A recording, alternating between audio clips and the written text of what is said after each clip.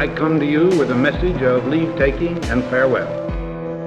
For we are opposed around the world by a monolithic and ruthless conspiracy that relies primarily on covert means for expanding its sphere of influence. Our military organization today bears little relation to that known of any of my predecessors in peacetime, or indeed by the fighting men of World War II or Korea.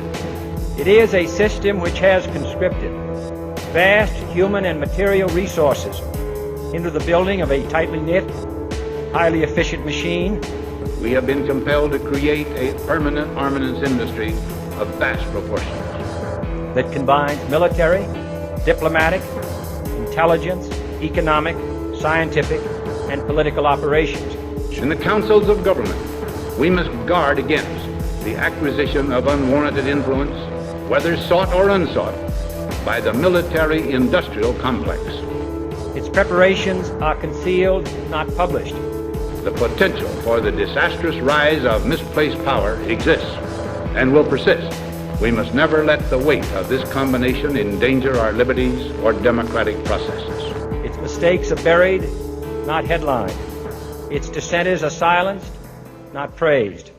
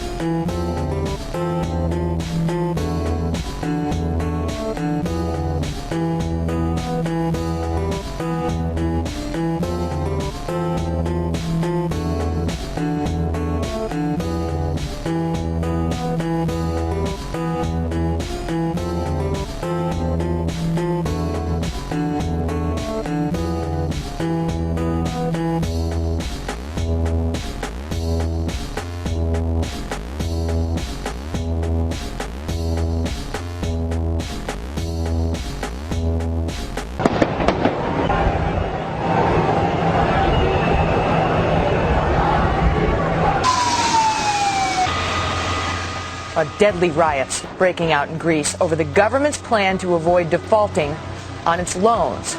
You see, Greece is out of money, and it's turning to the European Union for big loans. But the European Union says no, not unless you get your cash situation under control. So now they're making cutbacks in spending and raising taxes, and that has led to riots. And this crisis is having an effect not just in Greece, not just in Europe, but across the globe, including right here at home.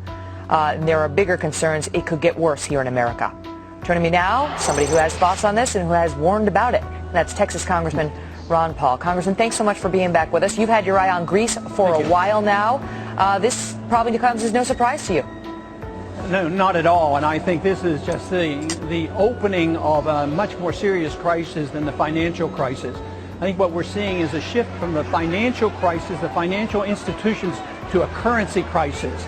Even though the dollar is up sharply today and has been up sharply last week, I see this as an attack on the dollar, because in terms of gold, the dollar has been rapidly devalued.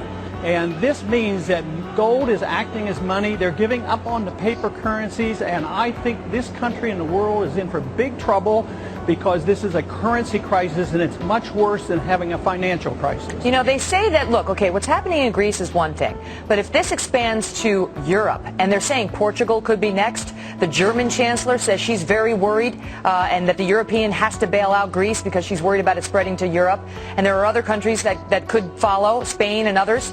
If this becomes a European problem, it very much becomes an American problem as well, does it not? There's no doubt about it. It is a world problem, and we're going to be the last one to fall, but because we have the dollar, and people still think the dollar will save everybody, and the dollar is going to have to bail out California and so many other problems that we have here. But that's going to make the whole world vulnerable. And it's a debt explosion. It has occurred for 40 years. We've known it has been building. We knew it couldn't last. And we knew it would end first with a financial bubble collapsing, and now we're in the midst of a currency crisis. You know, it's really scary to see what can happen in a society when the overspending comes home to roost, you know, when you see the consequences of years and years of overspending. Obviously, people here are very worried about our debt and our deficit. Congressman Paul, could this kind of thing happen here? Could what we're seeing in Greece and California happen on a nationwide basis here? Absolutely, and there's going to be anger and there's going to be riots in the streets as well. But this is all a consequence of the fact that why and how do governments spend like this? It's because they don't have sound money. When we run up deficits, we tax, but never enough. We can't tax, it would ruin the economy. Then we borrow, and we get away with that for a long time. But we rely on the printing presses from the Federal Reserve to create the money, and that's where the problem is. This is why we have to look at the Federal Reserve. We have to get an audit of the Federal Reserve. We have to look at the monetary system and the dollar system, because you can't have fake money. This is counterfeit.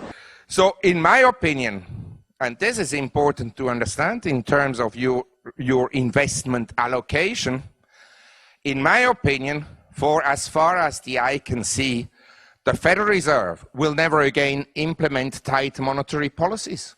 They will print and print and print. And of course, it will not always work, but the point is they cannot really afford to have a debt deflation in a credit-addicted economy. So they're going to print, and that will have implications on the value of different asset classes, and of course also on the long-term value of paper money or the US dollar specifically. Look, I was there when the Secretary and the Chairman of the Federal Reserve came those days and talked with members of Congress about what was going on. It was about September 15th. Here's the facts, and we don't even need to talk about these things.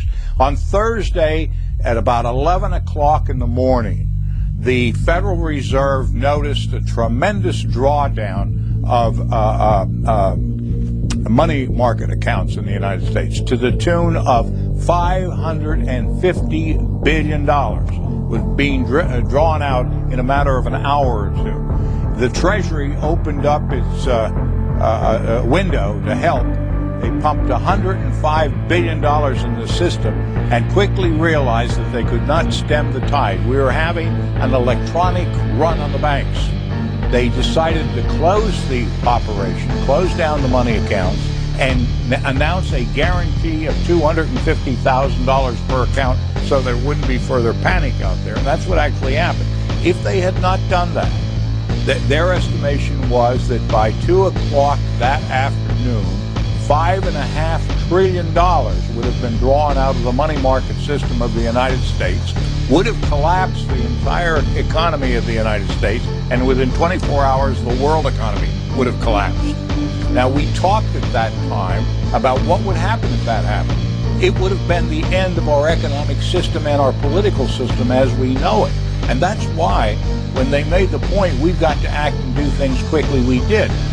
Many of us were told in private conversations that if we voted against this bill on Monday, that the sky would fall, the market would drop 2,000 or 3,000 points the first day, another couple thousand the second day, and a few members were even told that there would be martial law in America if we voted no.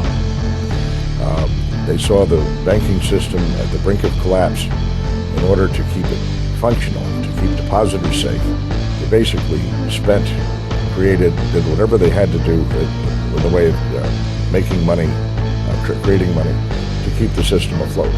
They've kept the system afloat, but there's a cost to that, and that's inflation. Now, you actually reckon that now we've had all this stimulus and stimulus coming along, you foresee quite large inflation. Give me your outlook, maybe 3-4 years out into the future. Well, 3-4 years out into the future, I think we could be in a hyperinflation. Because this is going to unleash rampant inflation around the world, rampant confusion in the currency markets, and you're going to have currencies gyrating all over the world. Bond markets are going to start to collapse, and then we're going to have a real problem. And that's why the stock market understands this.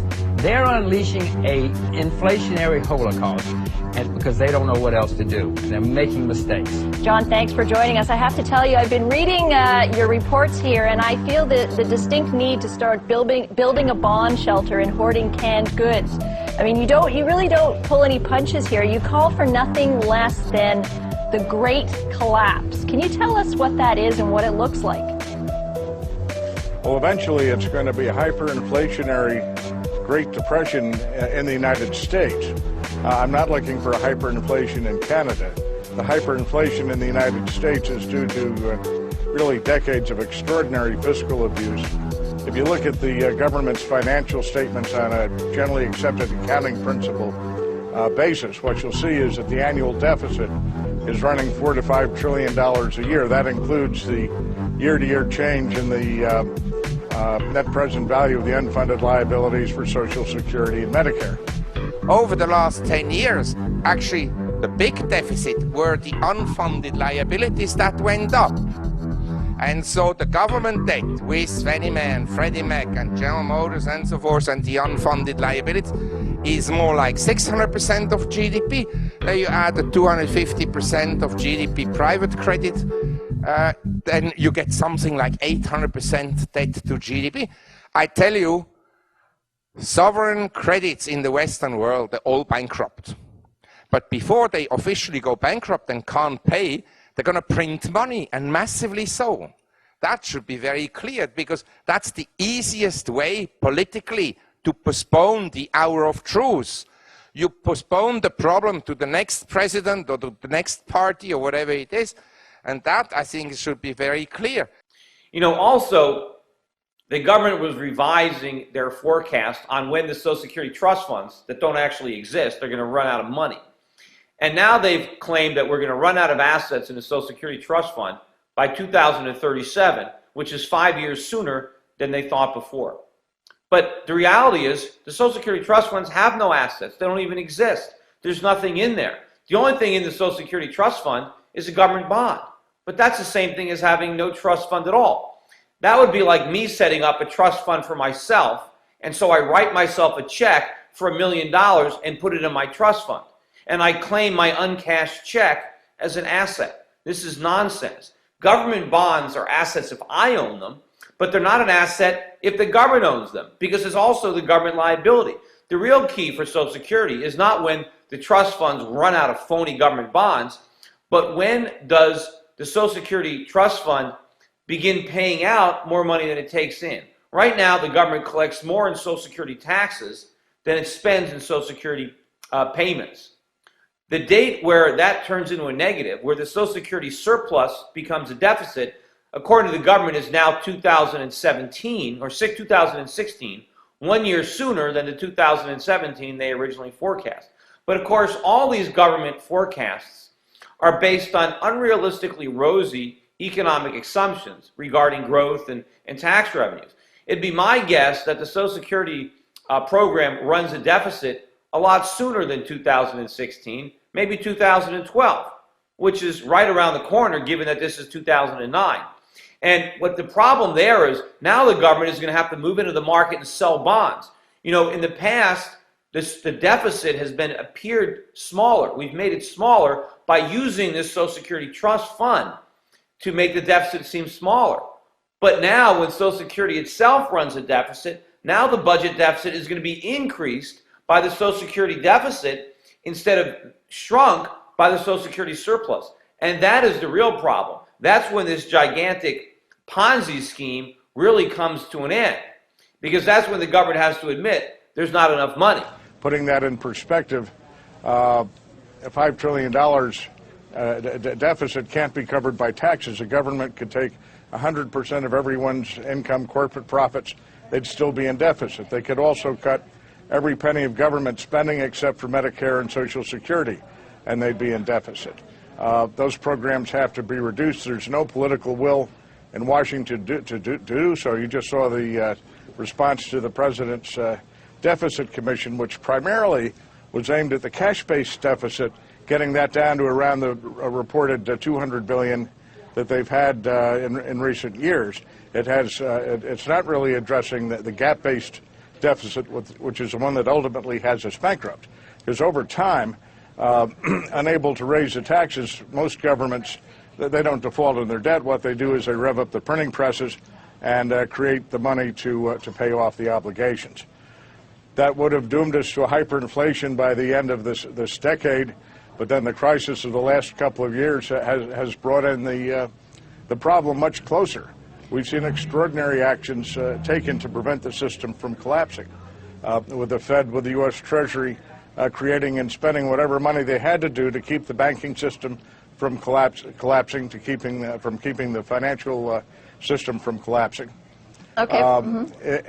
It's held things stable, but the economy's still turning down. The solvency crisis is getting worse. The Fed is already into quantitative easing too, and we're beginning to see the effect of inflation from that. And that will eventually evolve into a hyperinflation. The question is, when will they again print money, and when will government credit again exceed private credit growth contraction? I think it will happen, but some people disagree with me. But in any event, what I'd like to really emphasize, for us to make any forecast how the world will look like in 3 or 5 years, beyond saying it's going to be a roller coaster ride, is impossible. We don't know. That is for sure, but it will be a roller coaster. Prashant, I expect to see social unrest, civil unrest in the United States a couple of years from now. Yes, it's changing the entire situation in the United States. The United States is the largest debtor nation in the history of the world. If someone had shown me the picture of a burning Bangkok a year ago, I would have said, I don't believe it. But it happened. Sometimes political events and regulatory changes and social conditions can have a huge impact on asset markets. There is a dramatic sea change taking place. The world's center is moving from the west to the east, to Asia, and many people have not figured this out yet, especially people in the United States. No, you're going to see a lot of turmoil in the United States in the next 3, 4, 5 years. All of you have to allocate a larger portion of your assets to emerging economies. I'm not saying that you have to do it tomorrow, because I think that we have a lot of social issues that are still impending, and a lot of problems will still occur. But in general, that would be my idea, to shift assets gradually overseas, and also to have the custody of assets overseas. Because one day you won't be able to get your money out of the jurisdiction you're in. That should be very clear. I'm not only talking about the US there. And I've been warning too about capital controls, that they're coming, and this is kind of, the camel's nose under the tent.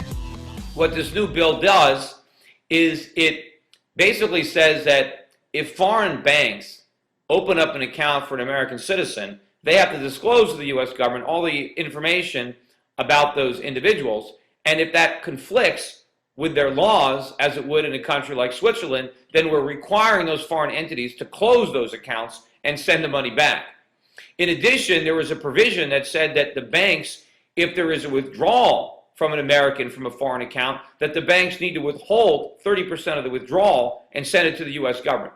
So this is it. I mean, this is what's going on, and I expect more and more of these types of capital control legislation to be passed without any fanfare, especially once the dollar ultimately starts to collapse, which I think it will. And when that happens, and more Americans are looking to protect themselves from a weakening dollar, from domestic inflation, by investing abroad, by acquiring foreign assets or foreign currencies, I think these exchange controls or capital controls are going to be much more interfering. But at some point in the future, what might happen is that the government actually implements controls just on buying foreign currencies or buying foreign stocks. Either they forbid it outright, or they impose all kinds of fines and fees that unnecessarily raise the costs of these transactions. Agricultural commodities are now very depressed. They're probably the most attractive commodities longer term. And as always, I would continue to accumulate some gold. I don't think that gold will always go up, and that meaningful corrections cannot occur, but we have to distinguish between smart guys who know how to trade and buy at the low and sell at the high, like Goldman Sachs, that had a profit in every single trading day in the first quarter of this year. Simple people like me prefer to just hold some gold. Because I'm mindful the central bankers are going to print money, no matter they have no other option. And when it doesn't help, the economy will tank. After these kind of catastrophic collapses, sometimes they're followed by war. But the point I really like to make is the Chinese, yes, they have access to the East and South China Sea here, but they're surrounded by American military and naval bases, and the US has 11 aircraft carriers. The Chinese don't have one, whereby the Chinese have very efficient submarines that can probably sink them all. But yeah, I mean, this is new war techniques. But essentially, it should be clear that it's not in the interest of the Chinese to have American bases here, because then they are really encircled with the Americans, with the American bases here in the Pacific. So I think that tensions will go up. The Russians, by the way, have no interest to have American bases here because they're also encircled by America. And over time, I think the tensions will go up. By the way, the Chinese have a long border here with Central Asia, with Kazakhstan, Kyrgyzstan, Tajikistan, even a small border with Afghanistan, Pakistan. And I think eventually it will come to war. In war times, you want to own commodities, physical. Of course, not paper money and derivatives at UBS and Citigroup. And, but physical, because during war times, along the Kondratiev, when prices go up, tensions increase, prices then go ballistic. Napoleonic Wars, Civil War, then World War I, and then Vietnam. So this is something to consider. The other thing to consider is obviously how will the next war look like? For the last 5,000 years of human history, cities offered safety. I think now the countryside will offer safety. You have to have a house in the middle of nowhere. Nobody will drop a bomb on you. Whereas in the cities, they'll poison the water, switch off the electricity, the internet, your credit card. You won't even get home. You have quarantines because you will be infected and the others don't want to be infected. So if I were you, I would all buy a house in the countryside, far away from any place. The last observation I'd like to make is obviously it's a tremendous economic sophism to believe that you can print your way into prosperity when all the evidence is against it. Watch the dollar, watch for a panic there. If it gets out of control, you'll see massive dumping of dollars. The Fed will be intervening even more than it is now. People are going to be turning over dollars as quickly as they can. They're not going to want to hold them. Prices will skyrocket. I think the final crisis will happen, and you can just postpone a crisis, but eventually you have a major crisis. And I really believe 2008, the financial system went bust. Next train station will be when governments will go bust. And I think in the Western world, they'll all go bust. Before they go bust, they'll print money and they go to war. So everything will be, and all of us will be doomed. Thank you for your attention. The following is a fictional story of events that may happen in the near future. 8 a.m. New York Stock Exchange. It's a cold, breezy day on Wall Street as markets await the Federal Reserve's announcement for QE4. Futures are up significantly. The Dow Jones just breached its 2008 high of 14,164. Gold just hit an all-time high of 2,900. Silver just breached $100 per ounce. The dollar index is holding at 53. With official unemployment at 16.3%, there is a nervous feeling on Wall Street that if this doesn't work, the world could implode into a depression that will last for the remainder of the decade. 8:19 a.m. Beijing. Chinese officials announced that they can no longer allow Washington to devalue their holdings. After making their concerns private, China accepts that Washington will never stop paying its debts with inflated currency.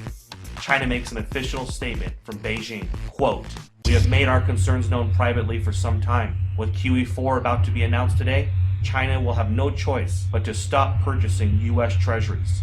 We have allowed Washington to try to work through their imbalances for 4 years. But with global inflation and U.S. consumers rapidly shrinking as a percentage of global GDP, we feel that a Western recovery is unlikely until they reform their entitlement programs. 8:45 a.m. New York Stock Exchange. Upon hearing the statement from China, Dow futures have a sharp reversal and begin to drop. Gold leaps past $3,000 per ounce, up $150 per ounce in the last 26 minutes. CNBC awaits a statement from the White House. 8:50 a.m. Washington, D.C. The president makes an official statement to calm investors' fears. He tells Americans that he has spoken with several G20 leaders. They have assured him that they will continue to increase their purchase of treasuries and believe that a strong U.S. economy is the only thing that will bring back global prosperity. He has also spoken to Chairman Bernanke, who assures him that a strong dollar will be the result of QE4. The president also reminds Americans that his recent New Deal recovery programs that he passed through executive order will increase the likelihood of a lasting recovery. He also notes that Beijing, since 2009, has slowly been reducing their holdings, so the impact will be minimal. 9:51 a.m. New York. Dow futures fall 850 points in the first 20 minutes of trading. Markets are halted for 1 hour by the authorities. 10 a.m. Main Street, America. The news about the stock market in China has now spread. A panic begins to sit in and unprepared Americans rush to the grocery store. In an attempt to purchase food and water, Americans that didn't know what was going on are alerted by all of the news stories and panic buying. Within 50 minutes, there is a nationwide rush to the stores. Empty store shelves in America become a reality. 10:52 a.m. New York. Markets reopen and the Dow Jones resumes its collapse. Investors around the world join the sell-off in bonds and stocks and begin to purchase commodities. Unlike the panic of 2008, this time commodities are seen as the only safe haven from a dollar crisis. 11:30 a.m. New York. The Dow falls 1,700 points since reopening. Trading is halted for at least 2 hours. The Federal Reserve injects $200 billion into the markets and announces that QE4 will be delayed until further notice. Congress is called back to D.C. for an emergency joint session. Some members of Congress are saying that they consider China's statement a financial attack. 12 p.m. Main Street, America. Several cities begin to see civil unrest after grocery stores are forced to close. Traffic in the streets and violence break out. The president puts the National Guard on alert for a possible deployment onto U.S. streets if things don't get under control soon. Several news agencies are reporting injuries at grocery chains and call for the authorities to do something before it gets worse. 12:15 p.m. Toronto, Canada. George Soros tells CNBC that a run on treasuries is imminent and that there is nothing the government can do to stop it. He says it is unfortunate that a controlled decline of the dollar was not coordinated better over the years. Today really could have been avoided if not for the Tea Party politicians who demanded fiscal responsibility and a constitutional government. 3 p.m.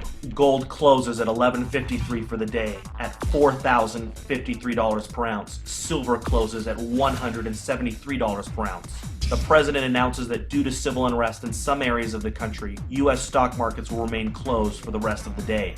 With the exception of mining and other inflation-related stocks, the majority of U.S. stocks are down significantly due to the sell-off and flight to safety in commodities.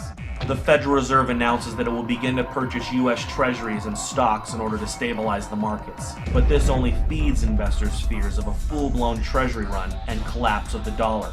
6 p.m. Asia. Asian markets begin a massive sell-off. Dollar collapse rumors begin to take hold of the markets. CNBC Asia looks into a possible COMEX default and complete breakdown in the U.S. economy. Gold spikes in Asia, up 1750 in the first complete hour of trading. Gold is now at 58.03. 7 p.m. Gold and silver bullion dealers across the world have suspended all sales due to no inventory. A COMEX default is now expected. Several central bank representatives propose a freeze on currency markets and a fixed devaluation of the U.S. dollar in order to calm investors. 7:30 p.m. The United States. The sun sets on America. In the last 12 hours, the world has changed. Americans are glued to their televisions, taking a crash course on a debauched currency. Smoke from fires in the cities have put a dark cloud over the nation. 7:45, the Federal Reserve. The Federal Reserve announces it will inject $1.5 trillion into the markets in order to stop any further decline in stocks. 7:55 p.m., OPEC. The final nail in the coffin. OPEC nations halt oil trades in US dollars until further notice. They will only accept euros, renminbi, or gold. 7:59 p.m. The Federal Reserve's announcement to inject $1.5 trillion into the markets causes a sharp reversal in overseas markets. Stocks begin to rally even as Main Street melts down. It's impossible to predict the time when confidence will be lost, but it can come quickly.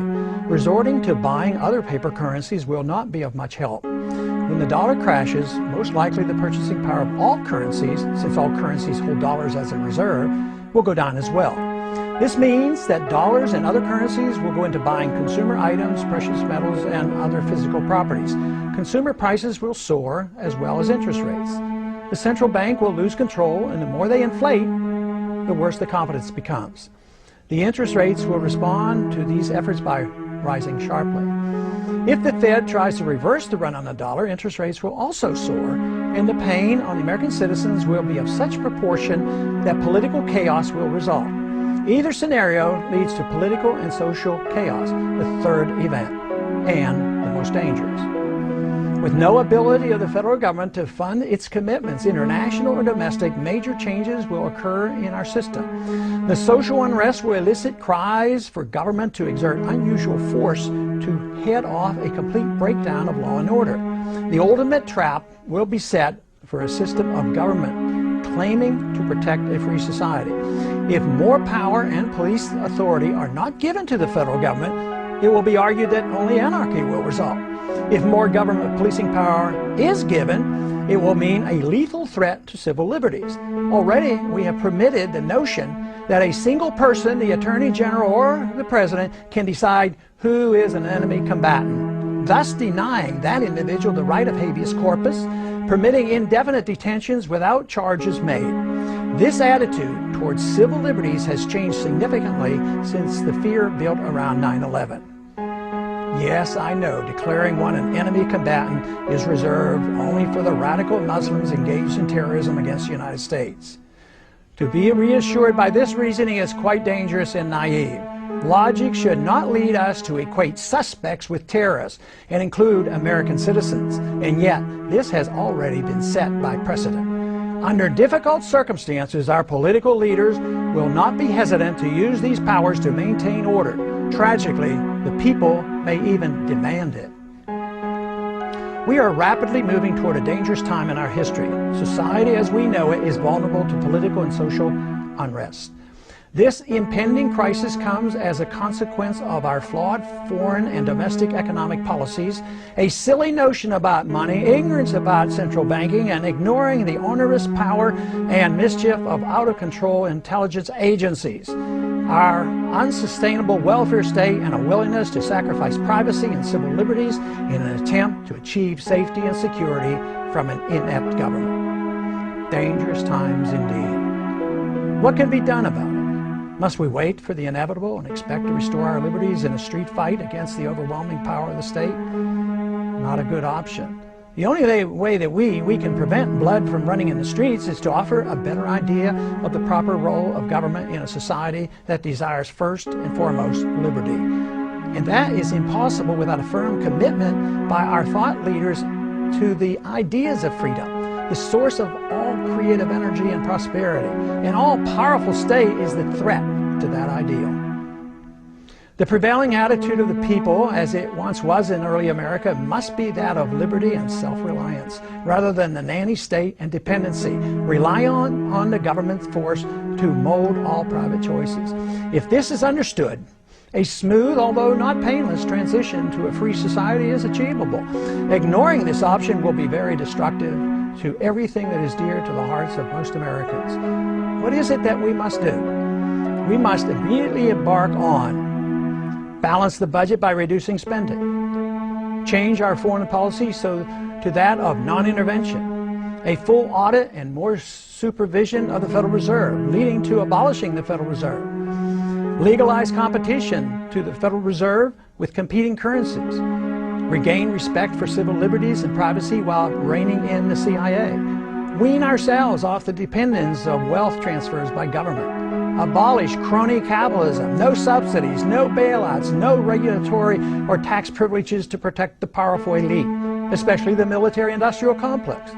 Eliminate the income tax, the inheritance tax, and taxes on savings and dividends. None of this can happen without the restoration of Congress to its dominant position of the three branches of government, as was originally intended by the Constitution. The executive and the judicial must be reined in, and Congress must assert its prerogatives over all legislation curtailing all unconstitutional agenda through budgetary controls.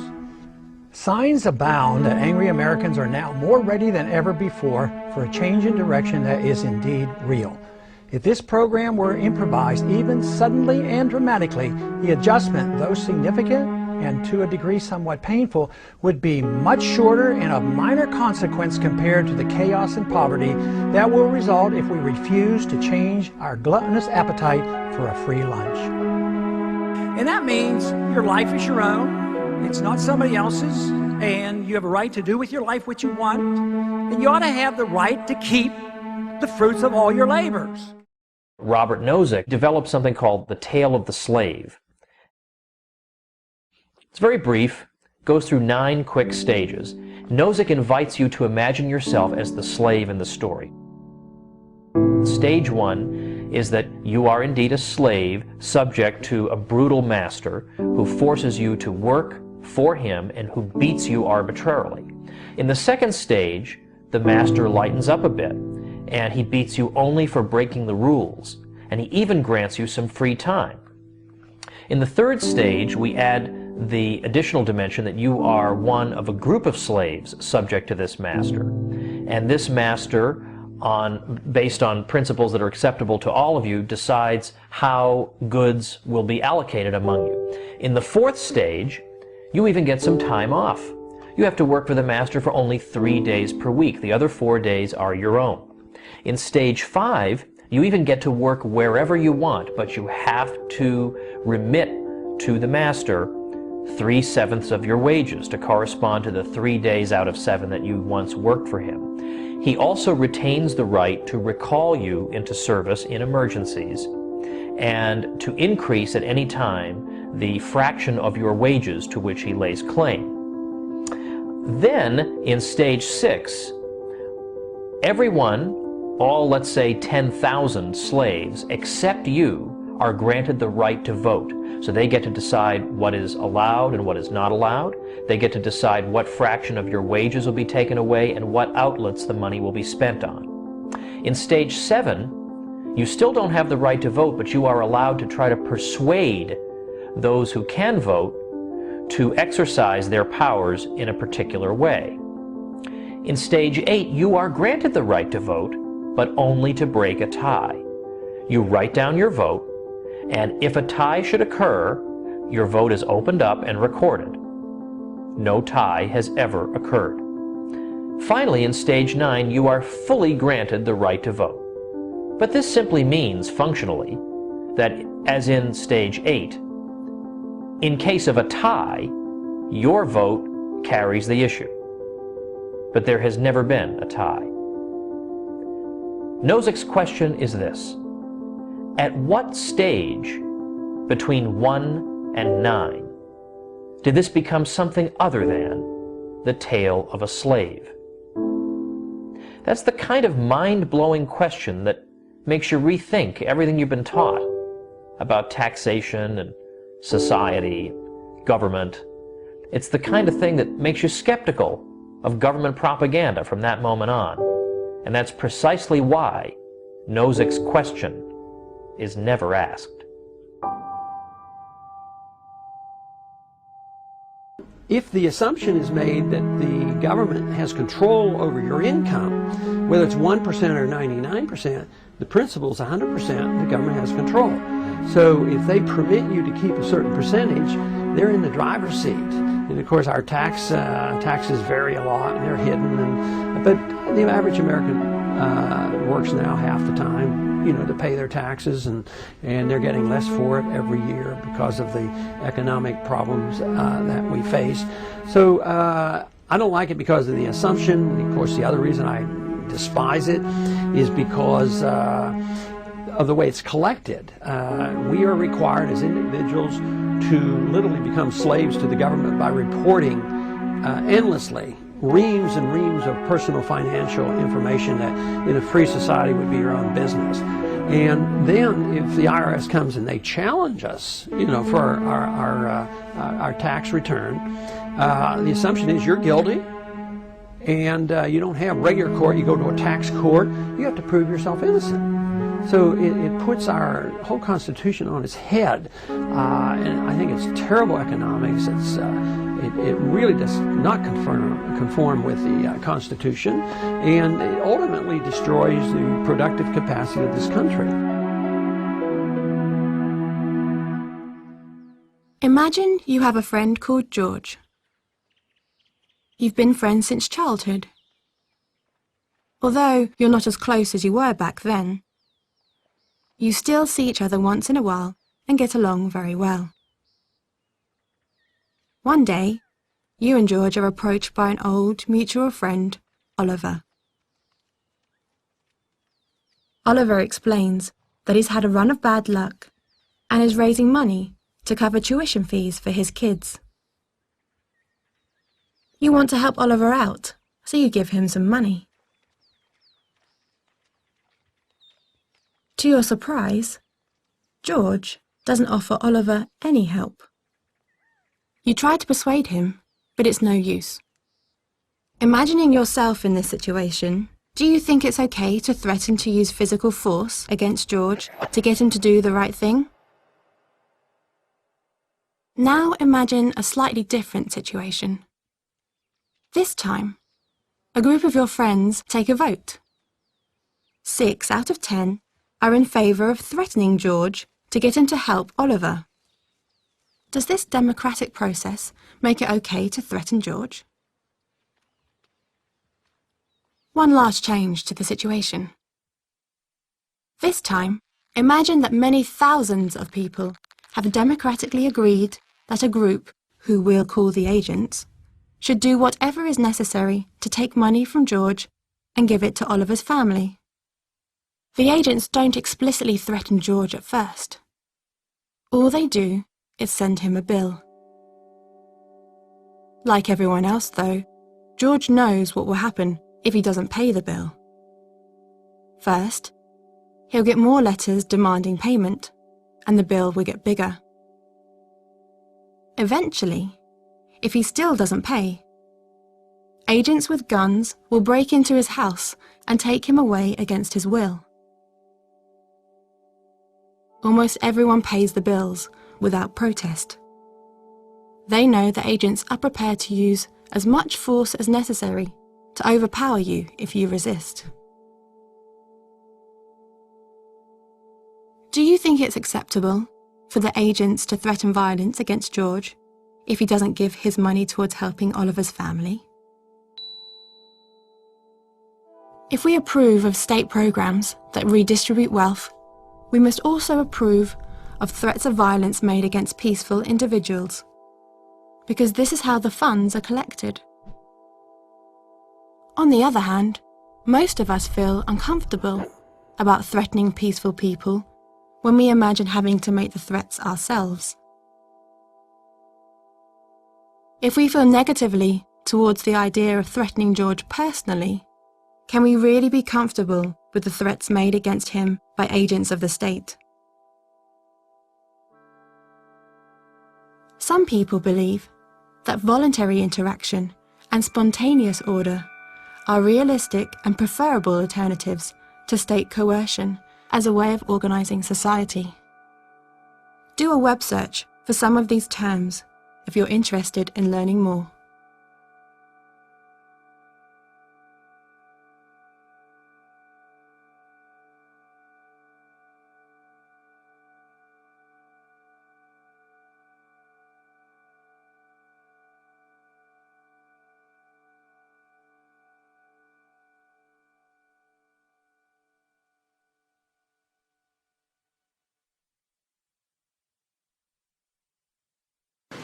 Congressman Paul, Pete from Rochester Hills, Michigan, wants to ask you this. If you were president, would you work to phase out the IRS? Immediately. That's what they call a softball. And you can only do that if you change our ideas about what the role of government ought to be. If you think the government has to take care of us from cradle to grave, and if you think our government should police the world and spend hundreds of billions of dollars on a foreign policy that we cannot manage, you can't get rid of the IRS. But if you want to lower taxes, and if you want the government to quit printing the money to come up with shortfall and cause all the inflation, you have to change policy. I mean, first of all, the income tax is probably the worst way for a government to raise money. It is the most inefficient, ineffective, intrusive tax system that you can have.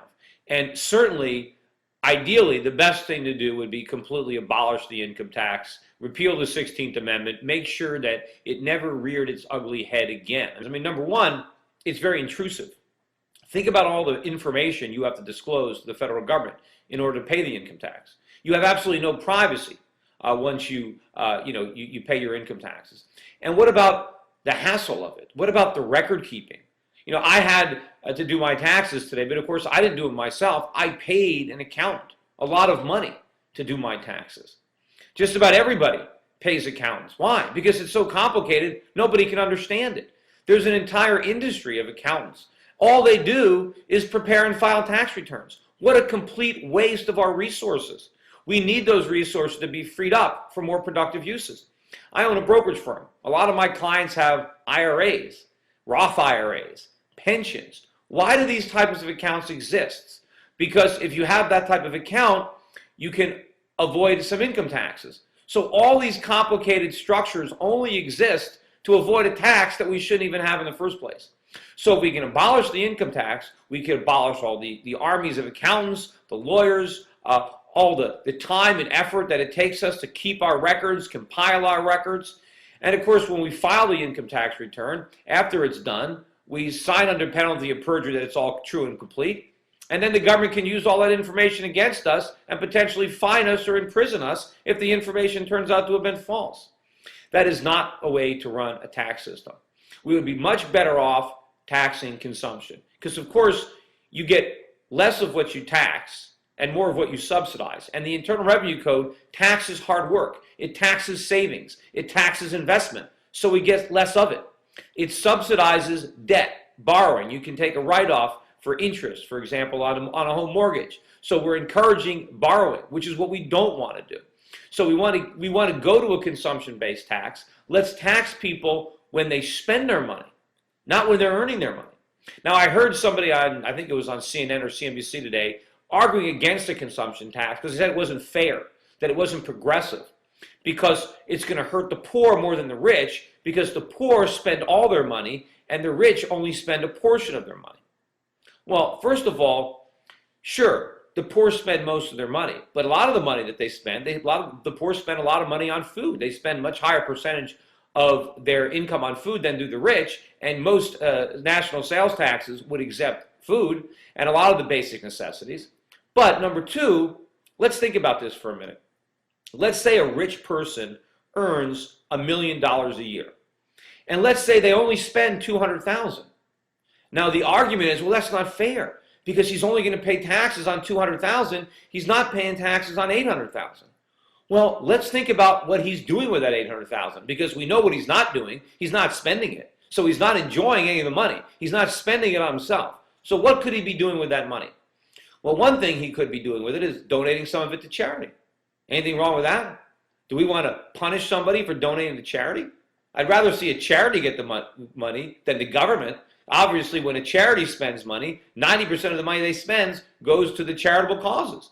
When we do charity through the federal government, we lose most of the money to pay for the government bureaucracy. Now, beyond charity, what else might he have done? Well, the only other option is that the money was saved in a bank account. He used it to buy bonds. He invested it in a company. He bought stock.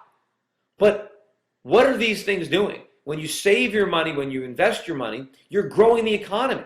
You're providing capital. You are creating businesses. You are leading to production of goods, providing services. You're creating employment opportunities. Why would we want to tax that? Why would we want to diminish that? You see, if we're going to tax that money that otherwise would have been saved or invested, we're simply taking money that would have gone into growing the economy and we're giving it to the government instead. I'd rather have that money invested. Now, some people say, well, it's not fair because they're earning all that money and not paying taxes, but they're not spending it. They're not enjoying it. They're letting other people use it. Now, of course, whatever money the rich save today or invest today is going to get spent tomorrow. After all, that's why the rich are investing, to get richer, so that in the future they can spend even more money. And that's when we'll tax them, when they spend it, when they enjoy their money, when they use it for themselves. But when they're making it available to the market, to the country, for capital investment, for job creation, why would we want to tax that money? That's the beauty of a consumption tax. See, all the income is eventually going to be consumed. Let's not tax it until it's consumed, because until it's consumed, it is being used to grow the economy. Let's say that that person that I just mentioned that earned $1 million and only spent $200,000, if they invested $800,000, let's say eventually that $800,000 investment went into growing a business that provided jobs and produced products, and ultimately that $800,000 turned into $8 million. Now, when that $8 million is spent, the government is going to collect much more taxes than if the $800,000 had been spent instead of being invested. And in the meantime, the economy missed out on the benefit of all the productivity, of all the jobs that were created because that rich individual didn't spend his money. Now, of course, if there's another individual who's rich and earns $1 million and decides to spend every penny, on wine and women and fancy cars and travel, then let him pay taxes because he's spending that money on himself. I mean, that's fine, he earned it, but let's tax somebody when they enjoy their wealth. When they use their wealth for the benefit of other people, which is what happens when you make an investment, let's not inhibit that. That is going to grow the economy. That's going to benefit the economy. That is not a reason to oppose a consumption tax. That is specifically why we want to embrace and encourage the adoption of a consumption tax. Now, that being said, the last thing that we want is a national sales tax or a national value-added tax on top of the current income tax. That's the worst of both worlds. We don't want to do that. We want to have a consumption tax only if it replaces the income tax. And of course, I don't want to replace all the revenue. I think taxes are too high. I'd like a consumption tax that raised less revenue than the current income tax because I want to slash government spending. But you know what? If we adopted a consumption-based tax system, the government wouldn't have to spend as much money because the economy would be in much better shape. There'd be a lot fewer people unemployed, so people wouldn't be collecting unemployment benefits. It would be a richer, more vibrant economy. And so the tax base would be broader and bigger. And so that would help. So in addition to getting out from under the privacy intrusions, when you pay a sales tax or a value-added tax, and I prefer a sales tax because it's more transparent, and that means Congress is less likely to raise it because you can see it better. But you don't have to surrender your constitutional rights. You don't have to give up all your privacy. You don't have to hire accountants and lawyers. You don't have to risk going to jail. You just buy a product and you pay the tax. It's very simple. It's how the founding fathers envisioned that the federal government would raise money, and that's exactly the type of tax system that I would like to restore if at all possible. Anyway, thanks everybody for listening, and I will blog again soon. Take care. Some people would say, yes, but you don't care about the people who will fall through the cracks. Well, maybe I do. Maybe I don't want to see hundreds of thousands, if not millions of people losing their houses as they are today, falling through the cracks. Maybe we who believe in freedom and the free market and sound money care a whole lot about runaway inflation and unemployment and all the problems that are generated by central banking and Congress people who are always passing more laws and rules that are interfering with the marketplace. I believe personally and sincerely that a truly compassionate person, if they understand economics, they have to believe in liberty and the free market and private property rights. The big government progressives in both the Democratic and the Republican parties have been trying to trick us. These folks who really want the government to care for us from cradle to grave have been promoting the idea that health care is a right. They have succeeded in moving the debate from whether the feds should micromanage health care to how the feds should micromanage health care. This is a false premise, and we should reject it. Health care is not a right, it is a good, like food, like shelter, and like clothing. Okay, what's a right? A right is a gift from God that extends from our humanity. Thinkers from St. Thomas Aquinas to Thomas Jefferson to the Reverend Dr. Martin Luther King Jr. to Pope John Paul II have all argued that our rights are a natural part of our humanity. We own our bodies, thus we own the gifts that emanate from our bodies. So our right to life, our right to develop our personalities, our right to think as we wish, to say what we think, to publish what we say, our right to worship or not worship, our right to travel, to defend ourselves, to use our own property as we see fit, our right to due process, which is fairness from the government, and our right to be left alone are all rights that stem from our humanities. These are natural rights that we were born with. The government doesn't give them to us, and the government doesn't pay for them, and the government can't take them away unless a jury finds that we have violated someone else's rights. What is a good? A good is something we want or need. In a sense, it is the opposite of a right. We have our rights from birth, but we need our parents when we are children, and we need ourselves as adults to purchase the goods we require for existence. So food is a good, shelter is a good, clothing is a good, education is a good, a car is a good, legal representation is a good, working out at the gym is a good, and access to health care is a good. Does the government give us goods? Well, sometimes it takes money from us and gives that money to others. You can call that taxation or you can call it theft, but you cannot call it a right. A right stems from our humanity. A good is something you buy or someone else buys for you. Now, when you look at health care for what it is, when you look at the U.S. Constitution, when you look at the history of human freedom, when you accept the American value of the primacy of the individual over the fleeting wishes of the government, it becomes apparent that those who claim that health care is a right simply want to extend a form of government welfare. Now, when I make this argument to my big government friends, they come back at me with, well, if people don't have health insurance, they will just go to hospitals and we'll end up paying for them anyway.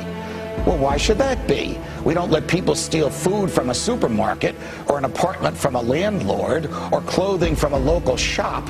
Why do we let them take health care from a hospital without paying for it? Well, my big government friends contend that's charity. Well, they're wrong again. It's impossible to be charitable with someone else's money. Charity comes from your own heart, not from the government spending your money. When we pay our taxes to the government and it gives that money away, that's not charity, that's welfare. When the government takes more from us than it needs to secure our freedoms so it can give some of that money away, that's not charity, that's theft. And when the government forces hospitals to provide free health care to those who can't or won't care for themselves, that's not charity, that's slavery. That's why we now have constitutional chaos, America, because the government steals and enslaves. And we outlawed that a long time ago. Our government has been mismanaging medical care for more than 45 years. For every problem it has created, it has responded by exponentially expanding the role of government. Here are some points I'd like to have my colleagues consider. Number one, no one has a right to medical care. If one assumes such a right, it endorses the notion that some individuals have a right to someone else's life and property. This totally contradicts the principles of liberty. Number two, if medical care is provided by government, this can only be achieved by an authoritarian government unconcerned about the rights of the individual. Number three, economic fallacies accepted for more than 100 years in the United States has deceived policymakers into believing that quality care can come only by only can be achieved by government force, taxation, regulations, and bowing to a system of special interest that creates a system of corporatism. Number four, more dollars into any monopoly run by government never increases quality, but it always results in higher costs and prices. Number 15, There must be more competition for individuals entering into the medical field. Licensing strictly limits the number of individuals who can provide patient care. A lot of problems were created in the 20th century as a consequence of the Flexner Report in 1910, which was financed by the Carnegie Foundation and strongly supported by the AMA. Many medical schools were closed, and the number of doctors were drastically reduced. The motivation was to close down medical schools that catered to women, minorities, and especially homeopathy. We continue to suffer from these changes, which were designed to protect physicians' income and promote allopathic medicine over the more natural cures and prevention of homeopathic medicine. Number 16, we must remove any obstacle for people seeking holistic and nutritional alternatives to current medical care. We must remove the threat of further regulations pushed by the drug companies now working worldwide to limit these alternatives. True competition in the delivery of medical care is what is needed, not more government meddling. A matter of fact, if you look at every single problem we're facing today, it's because of the lack of respect for the rule of law and the Constitution. The answers can be found in the return to the rule of law and a strict interpretation of the Constitution. When Benjamin Franklin exited the Constitutional Convention, he was asked by a woman, "Sir, what have you given us?" His immediate response was, "A republic, ma'am, if you can keep it." Yet most Americans today have been persuaded that our nation's governmental system is a democracy and not a republic. The difference between these two is essential in understanding Americanism and the American system. Before we discuss political systems, however, it's helpful to address the confusion that has been spread about the political spectrum. Many have been led to believe that the political spectrum places groups such as communists on the far left, fascists or dictators on the far right, and political moderates or centrists in the middle.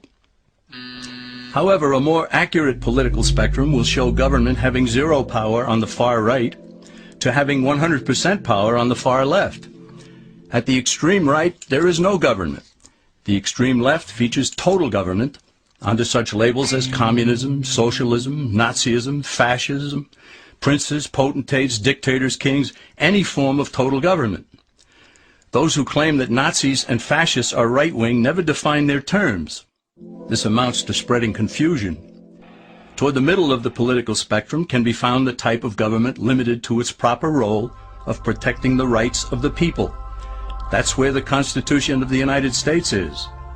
Those who advocate such a form of government are really constitutional moderates. So let's analyze the basic forms of government.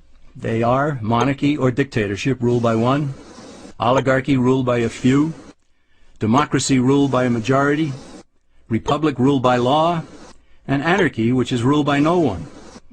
In discussing these five, we'll see that they can be narrowed down to even fewer. Looking first at monarchy or dictatorship, this form of government doesn't really exist in the practical sense.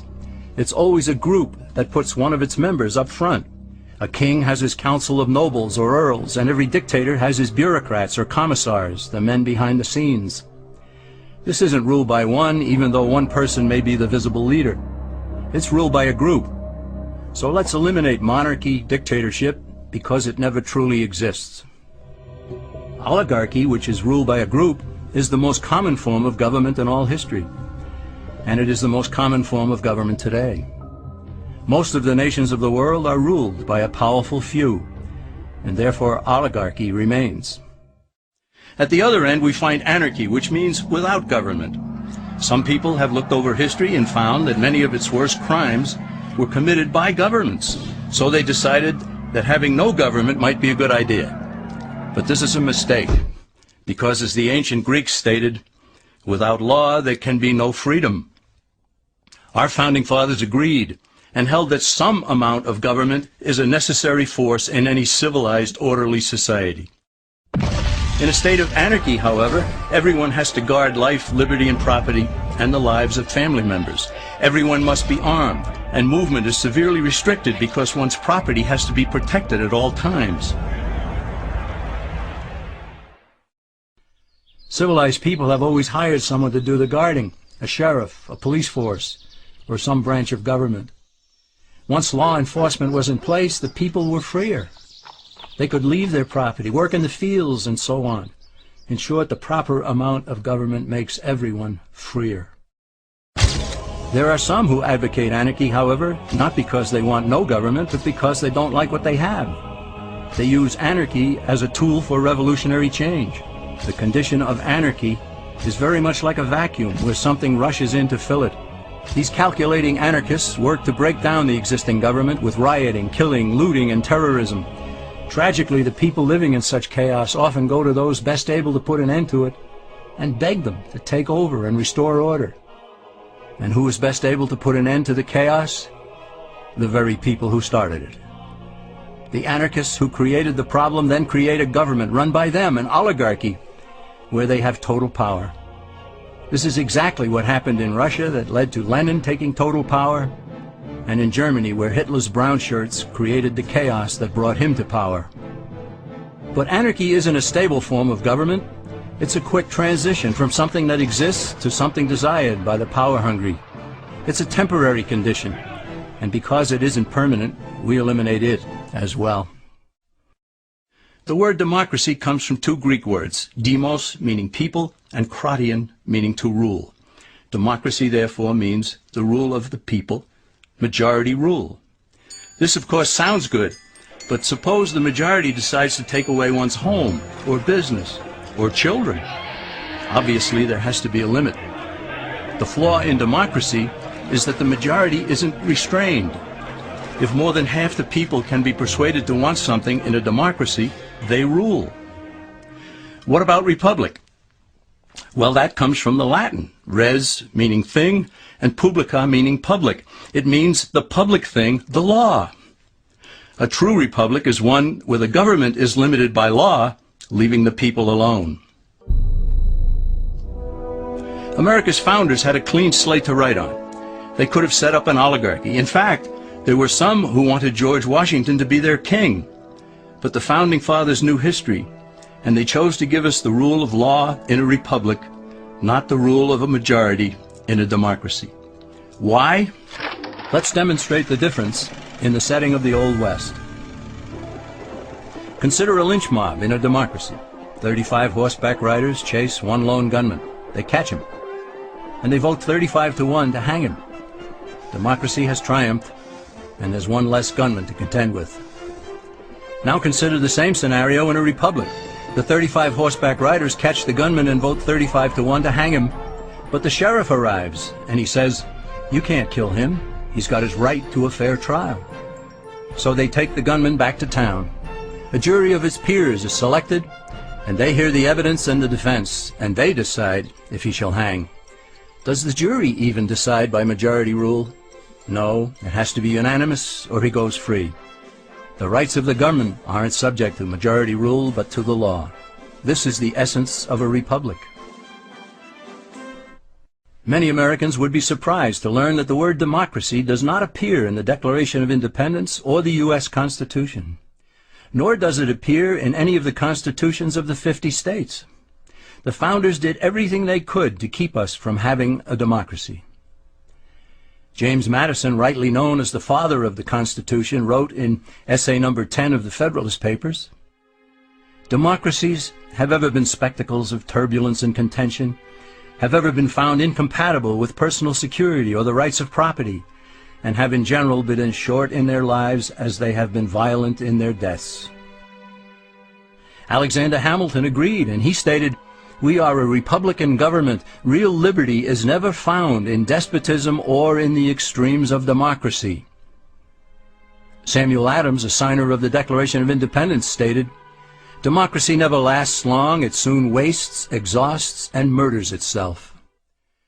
The founders had good reason to look upon democracy with contempt, because they knew that the democracies in the early Greek city-states produced some of the wildest excesses of government imaginable. In every case, they ended up with mob rule, then anarchy, and finally tyranny under an oligarchy. During that period in Greece, there was a man named Solon, who urged creation of a fixed body of law not subject to majority whims. But where the Greeks never adopted Solon's wise counsel, the Romans did.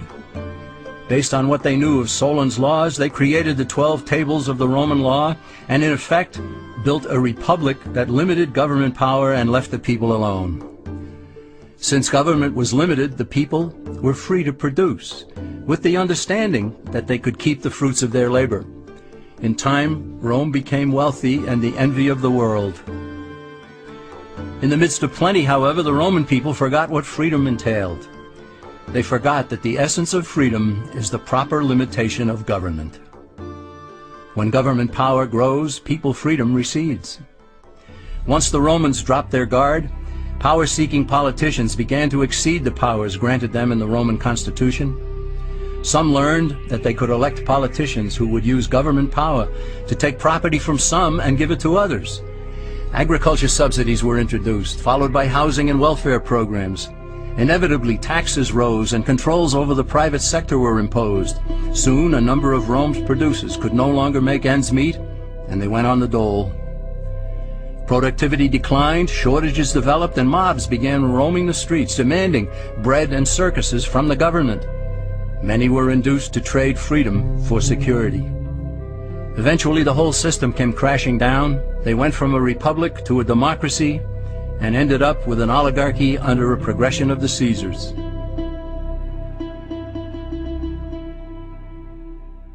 Thus, democracy itself is not a stable form of government. Instead, it is the gradual transition from limited government to the unlimited rule of an oligarchy. Knowing this, we as Americans are ultimately left with only two choices. We can keep our republic, as Franklin put it, or we will inevitably end up with an oligarchy, a tyranny of the elite. We have before us the opportunity to forge for ourselves and for future generations a new world order, a world where the rule of law, not the law of the jungle, governs the conduct of nations.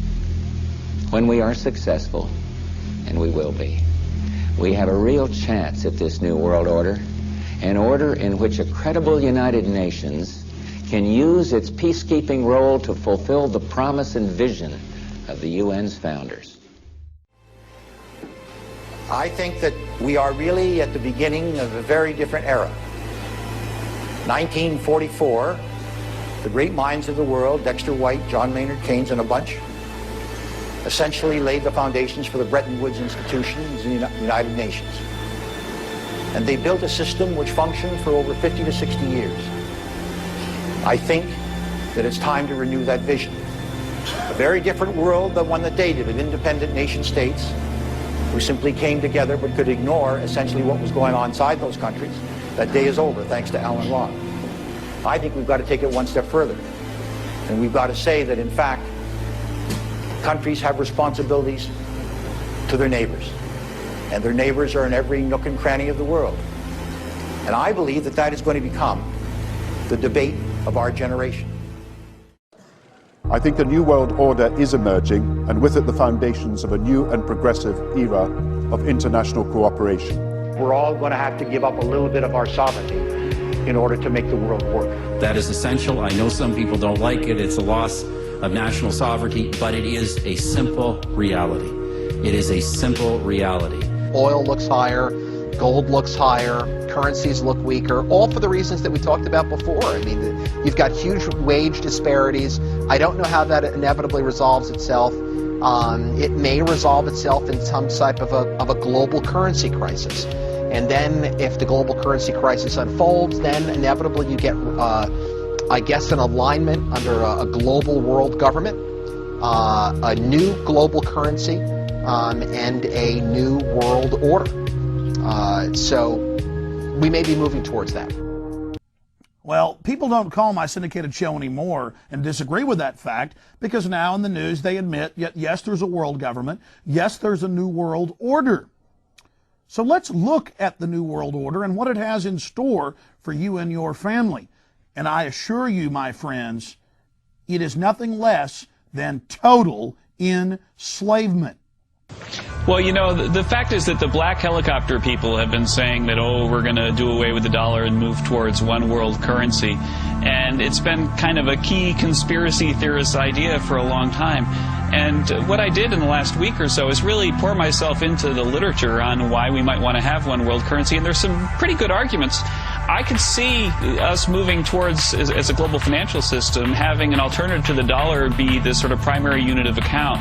And Keynes called for this long ago, right before the Bretton Woods conference. And it looks like there are a lot of people, including Joe Stiglitz, including the Chinese and the Russians, trying to move in that direction. So I think it's something that really could happen. It's something we need to pay attention to. But something that would take a long time, right, Kevin? No, it wouldn't really, because right now what's going on is that developing countries in particular feel like in order to prove to the world that they have the liquidity they need to be stable, that they need to hold a lot of dollars. And if they en masse all decide to hold some other thing, perhaps something issued by the International Monetary Fund, then they could move all that dollar demand to demand for another type of currency. And then once they did that, then it could be that you're going to have a bandwagon effect, and a lot of other countries, including Europe and the U.S., might eventually have to play along. Can I just, I don't know if you've come across this, Kevin, but some large religions may have a problem with one world currency. Yeah, that's exactly what I'm talking about. But, you know, there are a lot of things that are wrong about the current system and things that Stiglitz has pointed out. So, for example, since the developing world has to hold a lot of dollars in order to prove that they have liquidity, then basically what they're doing is making interest-free loans to the United States. And that's not really just to have the poorest countries on earth, you know, pouring resources to the United States in order to hold dollars. Whereas if something like the International Monetary Fund issued a currency, then maybe those profits from producing the currency that people need to hold in reserve could go back towards the developing world. Hey, Kevin, will all of this clear once kind of the dust settles? And I mean, I know everybody's worried about deficit, certainly the deficit of the United States, and that's why they're getting even more and more worried about the dollar. But let's assume, you know, the economy gets back on track and things start to improve and the deficit goes down. I mean, won't all this talk just go away? No, I really don't think so. But I think that you're right that one reason why this talk has really lifted is that the U.S. deficit situation is so terrible that people are a little bit worried that maybe the U.S. dollar isn't going to be the best place to park your money over the next few years. But I think there's this other thing, which is the equity between the developed world and the developing world that needs to be addressed. And so the developing world is throwing capital at the developed world, and really it should go in the other direction. Are the people, though, that are concerned also concerned because they are holding so many U.S. dollars? I mean, China brings this up, right? But it's not in China's best interest to pull investors out of U.S. dollars either. Right. So right now, if everybody were to abandon the dollar, then that might be a problem for the value of all of China's assets that are in dollars. But I think that a kind of orderly progression towards using other reserve currencies, maybe the creation of one by the IMF, is something that, whether the U.S. likes it or not, I believe is likely to happen. And so you need to start to think about what's going to happen if the developing world coalesces around the idea that we should have this new currency. Maybe, you know, Keynes called it the Bancor. We'd have this new currency that they all use as their reserve, as their main reserve. If that starts to happen, it's going to be a fundamentally different world, and they've got a strong incentive to do that. The former chief economist of the World Bank, Mr. Stiglitz, reported that the World Bank and IMF planned to implode the world economy. You see, the globalists print the money. They gain their power out of creating bubbles, then bursting those bubbles, creating depressions and recessions, and getting control of assets, corporations, and private property. The globalists control the boom and bust system. IMF unveils details of a plan for international bankruptcy system. What a scam. They go into third world countries, their documents show, pay off the leadership to not pay their debts, and then to sign over the natural resources and the population themselves, as well as their public lands, as collateral on a debt that the IMF and World Bank printed up off their printing presses at absolutely no cost to them. Talk to us a little bit more about this currency crisis you see erupting. What does that assume about what's going to happen to the dollar? Well, it assumes that the dollar will utterly get destroyed and become virtually worthless. We've also been very clear, as you know, Canada co-chaired the international panel on financial regulation. Our view is that all of these national systems of regulation have to be fixed, but there also has to be international coordination. There has to be an international peer-reviewed process for national regulations. They call it coordination of regulation. What it really is putting the American economy under international regulation. The head of the International Monetary Fund, or the private holding company of the central banks of the planet, proposes new reserve currency, an end to the dollar. So we've gone in the last few years from them denying they were planning this, even though we had their internal documents that were leaked, to now proposing it openly. We need to talk about how this is going to shake out, how they plan to unfold this. We'll tie it into what the global government is doing, what they're setting up. Global government for, by, and of the private, predatory central banks. And those people who have been yelling, oh, the UN's going to take over global conspiracy government. theorists. They've been crazy, but now they're right. Yeah, well, when Geithner said he would be open to the idea of a global currency last week, those conspiracy people had said and suggested that for years. Right. You're not wrong. But in a globalized economy, we are going to have to take global responsibilities, and there is going to have to be some semblance of global governance on these questions. Also, we'll tie it into their funding mechanism, the global carbon taxes, the environment tyranny that they're bringing in, the green straitjacket. I've heard time and time again members here talk of CO2 as a pollutant. A pollutant is a life-giving natural gas. It gives me the impression that some of our members haven't had the benefit of a formal education. Isn't this really just about the state being able to get its hand in ordinary people's trouser pocket to still get more tax from them? Isn't this all about political control? Isn't all this about politics and big business? The whole thing's a sham. This bogus hypothesis, this ridiculous nonsense that man-made CO2 is causing global warming. Enough, please, before we damage irrevocably the global economy. Now we will reveal what Barack Obama and his controllers' true agenda is. Number one, bring the United States under the complete regulatory control of a private offshore superbank known as the Bank of the World. More than 100 new taxes are now being developed under the umbrella of curbing greenhouse gases. The new taxes will be paid directly to the private bank consortium. At the producer level, taxes will be paid on farm animals' flatulence. At the consumer level, there will be carbon taxes on all forms of meat, beef, poultry, pork, and fish. All cars will be fitted with satellite tracking boxes that will tax driving by the mile. And an added tax will be placed on all fossil fuels, including motor oil and natural gas. All plastic products will have a carbon tax added. Outdoor space heaters and fireplaces are to be taxed. All electricity produced by coal-powered plants will be taxed. Under the cap-and-trade system, citizens will be forced to pay taxes on thousands of products to private cap-and-trade services owned by Al Gore and other elitists.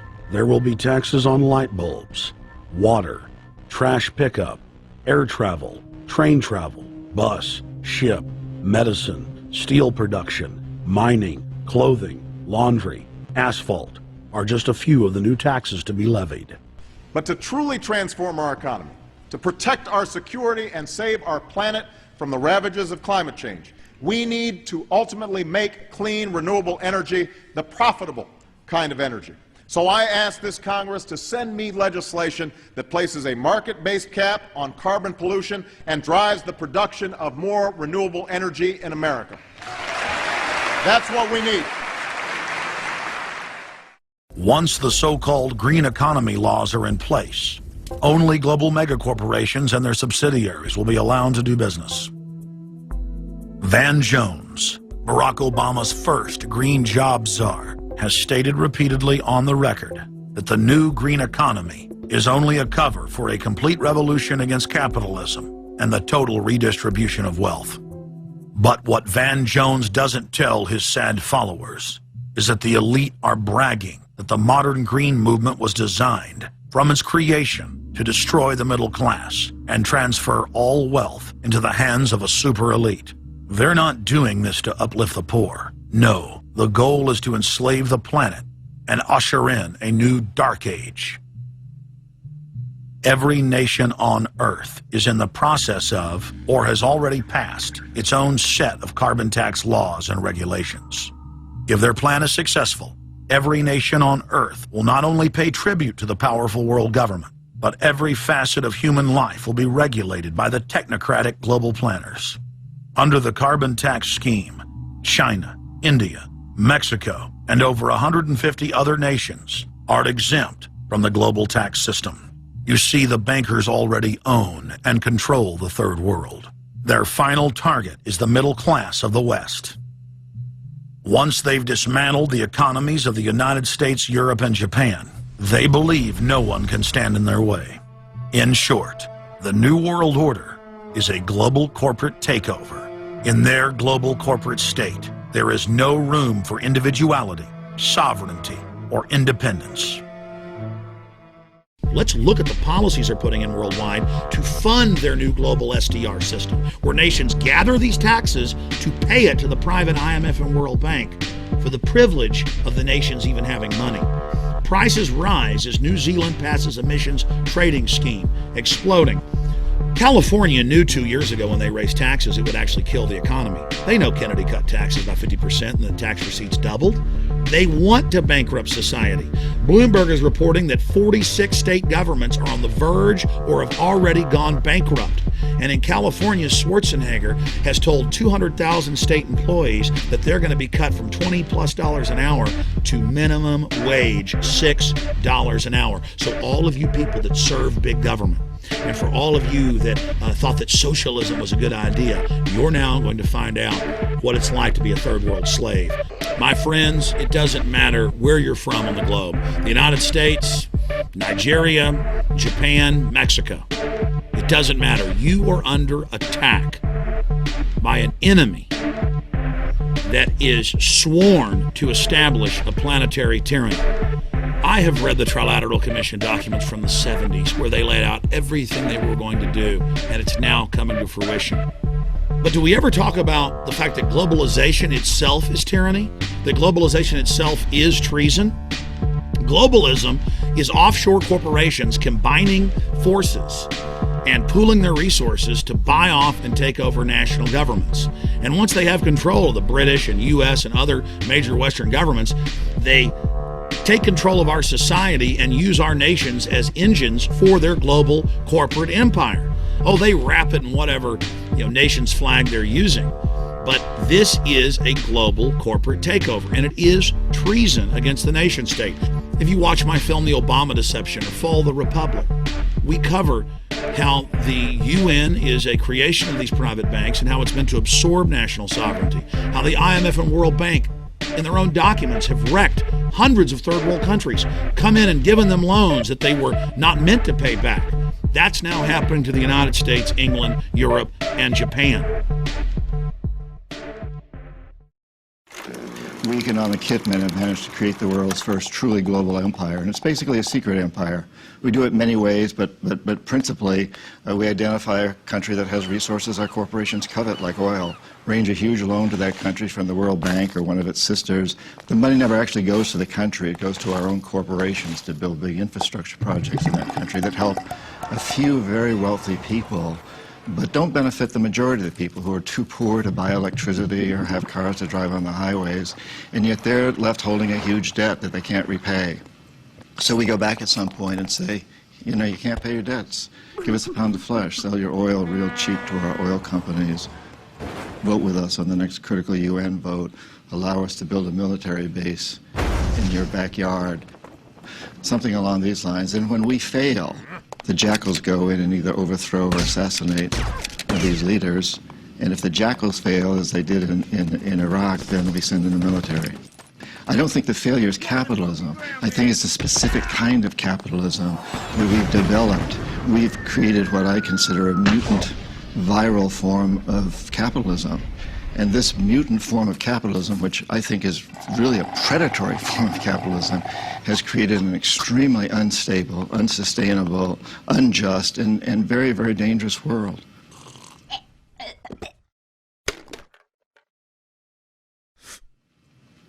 I've met a lot of terrorists. I've interviewed them for books. I've never met one who wanted to be a terrorist. They're desperate people. If we want to get rid of terrorism, we must get rid of the root causes, that cancer that is destroying our whole system. because I think it's really important that we understand today we cannot have homeland security unless we understand that the whole planet is our homeland.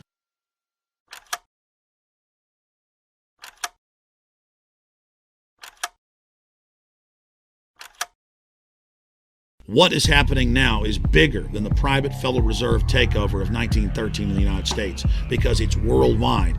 And the things happening in the United States are happening in Greece and in Spain and in Portugal and in Germany and in England and all over the world. The robber barons who have created these trillions and trillions of dollars of derivatives as monetary weapons are engaged in a hostile corporate takeover of the free world. It is happening now. Here is CNN, 2 days after the G20 had concluded its meeting that cost $1.2 billion in Toronto, Canada. They announced in CNN, dollars should be replaced as international standard, UN report says. And they go on to say exactly what I told people a decade ago. They're going to devalue our currencies now, and that they will then create a new SDR, cashless money, between the private banking family. Herman von Rompuy admits the G20 is the global government. We will pay our carbon taxes to the private banking consortium, and we'll still have our local currencies. They'll be devalued, and the super currency will now be this cashless system. Imagine the private banks that have already looted us now are completely transcending nation states that they've already imploded by design and sucked dry. They're literal vampires financially. And now they're creating a new global fraud, a new global cashless system that will control all the other financial systems. So simultaneously, at the international level, the private big six banks, whose front companies are the IMF and World Bank, that's the International Federal Reserve, are calling for them to be able to issue the new global standard of cashless money that all our currencies are based on here in the United States. And this is happening simultaneously in every major nation. But here in the United States, legislation has passed the House and Senate. It's now in conference committee as they merge the bills to, in the words of the Washington Post, give total power to the private Federal Reserve. The private Federal Reserve, that is the holding company of the big six banks here in the United States, is saying, okay, we sold you derivatives, we took the trillions of dollars in the bailout, we won't tell Congress where the money went, now we're going to punish ourselves by giving ourselves even more power. And the Texas Banking Association 2 months ago, their president wrote an editorial and told the truth. He said, look, those big mega banks sold the derivatives. They took over our society. They're the ones consolidating power. This has been written to forcibly take over healthy banks at the state level and regional level and credit unions. And this is a huge power grab. And other mainline publications like Bloomberg have admitted that this is giving the Federal Reserve almost total control. And remember, it is a consortium of private banks. So they're being punished for wrecking our economy by design with even more power. House passes landmark financial reform bill. And when you read this article out of the Washington Post, it's very truthful. But they're spinning it as if this is all good and a solution. House Senate leaders finalized details of sweeping financial overhaul. And they say a new Consumer Protection Bureau housed in the Federal Reserve. This is the fox that killed the hens in the chicken coop. A new Consumer Protection Bureau housed in the Federal Reserve would have independent funding, an independent leader, and near total autonomy to write and enforce rules over the entire economy. The government would have broad new powers. That's the lie. This is not the government. The Federal Reserve is private. To seize and wind down large, failing financial firms, but what they actually do is grab viable firms and feed them into this big six maw, and to oversee the $600 trillion derivatives market. They're finally admitting it's in the hundreds of trillions. Most economists we talk to that are well-respected and have a good track record of analyzing this stuff say it's 1.5 quadrillion or 1,500 trillion. But here's the Washington Post saying that the Federal Reserve is giving total power over the economy to deal with the $600 trillion. Our entire economy is only $14 trillion a year. The Federal Reserve is taking our tax money and giving it to the private central banks, and they won't tell Congress who specifically is getting it. Do you realize the magnitude of this fraud? But we have the Federal Reserve capable of creating all the money they want with no oversight. They can bail out their friends, but you know, they have the authority, the technically legal authority, not the constitutional authority, the legal authority to give money to foreign governments, give or loan money to foreign central banks or any international financial institution. So therefore, why worry about a Congress? You don't need a Congress if they can do all of this. So I am convinced they're very much involved in foreign policy, over and above what the Congress thinks they're involved with. But there's also other ways that our government is absolutely out of control. In one area, the more I look at it and the more I study it, the more concern I have. And that is the unconstitutional, illegal, outrageous role of our CIA.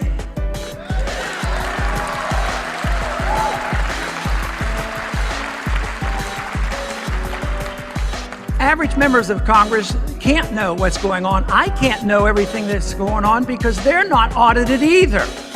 And they're allowed to earn money in banking. They can own banks. Can you imagine it? The CIA can deal in drugs and have income from drugs and actually be involved. Are they involved in our foreign policy? Not only are they involved in elections of other countries, they can pick and choose and support candidates, and we've been doing it for years. And then they wonder why foreigners disapprove of what we do in the Middle East and around the world. But what about the CIA involvement now in the military operations? You know, it isn't even our military that fights the wars and sends off the drones. It's the CIA in a little room probably in the United States playing war games by drones, sending drones into various countries, even to the extent of picking and targeting certain individuals for assassination. That this administration even goes along with the principle of targeting American citizens for assassination. That is an outrage. We're not being conquered by foreign armies.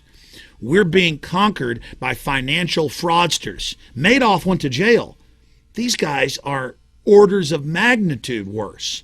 In fact, many orders of magnitude, and they get total control. And no matter where they meet in the world, at their G20 meetings, the same police state snatch and grab tactics are used because they are in charge. This is corporate government by a bunch of piratical thieves. Have you ever thought about how they're engaged in global domination? That's what globalism is. Here's the worst part. Not only have these mega banks taken over the planet through fraud, their philosophy is eugenics and population reduction. They're only bankrupting the planet and taking it over so they can then put in draconian one-child policies so you and your progeny won't exist in the future. This is full spectrum dominance. We are at a historic crossroads. I've just covered the facts.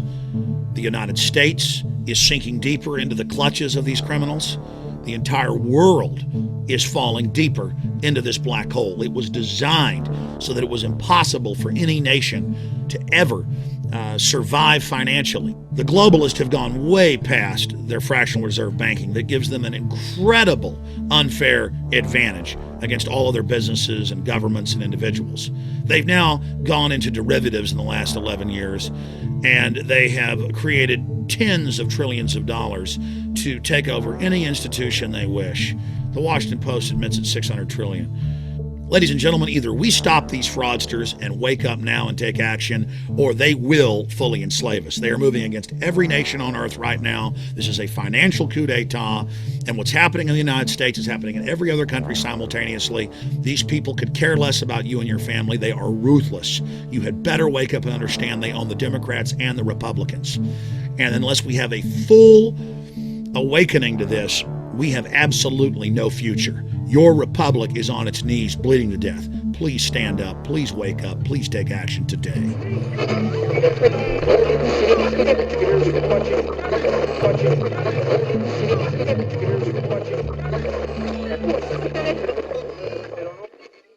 If we do our job, we can win this. To me, it is not a political struggle. Politics is secondary to the ideology. We have to change ideology, and that's why the campuses are so important. Ideology, when it becomes a prevailing attitude, it pervades in both parties, or all the parties, and the people endorse it as a whole. And they have endorsed our foreign policy and our economic policy. If we're going to change it, it has to be ideological, and it has to be in that manner to change people's minds. In that case, when the people change their mind, then the politicians can act. Today, if you have just one or two in Washington preaching this or trying to do it, and it's not well received, the people are going to object. But where I am optimistic that more and more people around America are like so many of you, that we're ready to once again live in a free society. Thank you very much. Thank you. Only an alert and knowledgeable citizenry can compel the proper meshing of the huge industrial and military machinery of defense with our peaceful methods and goals, so that security and liberty may prosper together. It has been said that when in the course of human events, an oppression so revolts its subjects that it becomes necessary to alter or abolish the means of that tyranny. Is it that time when our Bill of Rights is defiled every day? When our adventures abroad threaten our security at home? When the Federal Reserve keeps our free nation enslaved by debt? When the people of the world tremble under the thumb of corporate imperialism? And now, our nation is drifting dangerously from freedom to fascism. So I have to ask, is it time?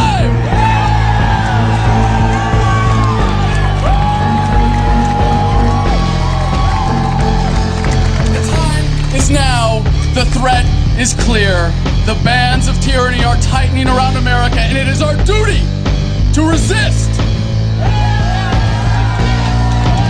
As empowered patriots, let us take stock of our commitment to the ideals upon which this country was founded. America without her freedoms is like a body without a soul. The challenge before the freedom movement is no less than to bring about a revolution of values, inspire a renaissance of American politics, and breathe new life into the tortured body of our nation. We will meet that challenge with courage and love, and as always, we the people will prevail.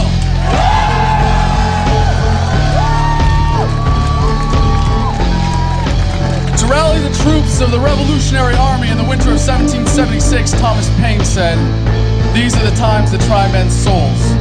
The summer soldier and the sunshine patriot will, in this crisis, shrink from the service of their country. But he that stands by it now deserves the love and thanks of man and woman. Tyranny, like hell, is not easily conquered." As Iraq veterans against the war, we are resisting an occupation we once risked our lives for.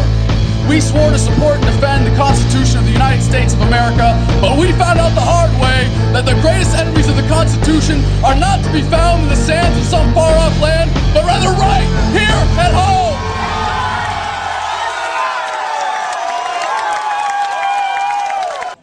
Seek out where you can be most effective in the cause of liberty. Challenge our force-fed culture of unquestioning conformity and compliance, and embrace a world that is not defined by the politics of fear, our obedience-producing schools, or the false prophets of the corporate media. As we have been awakened, we must stir the sleeping masses. As the forces of oppression are diligent, so must we toil. As they are committed, we must surpass them. As they step up their efforts, we must rise up to defeat them as a unified movement.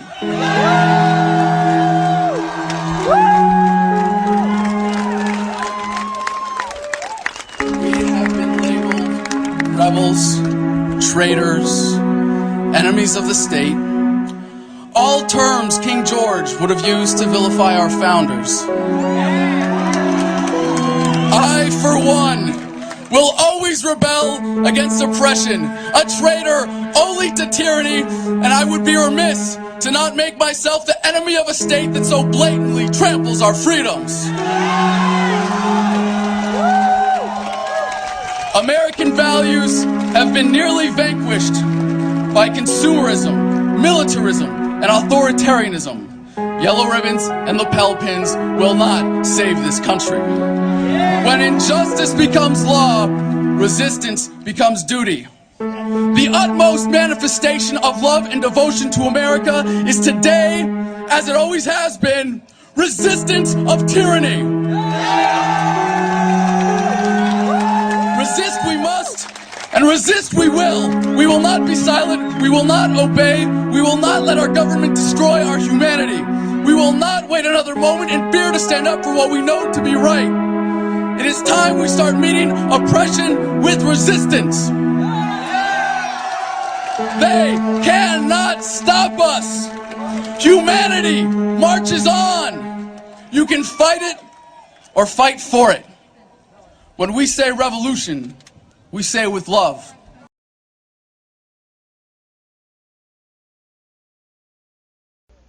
But I am asking your help in the tremendous task of informing and alerting the American people. For I have complete confidence in the response and dedication of our citizens whenever they are fully informed.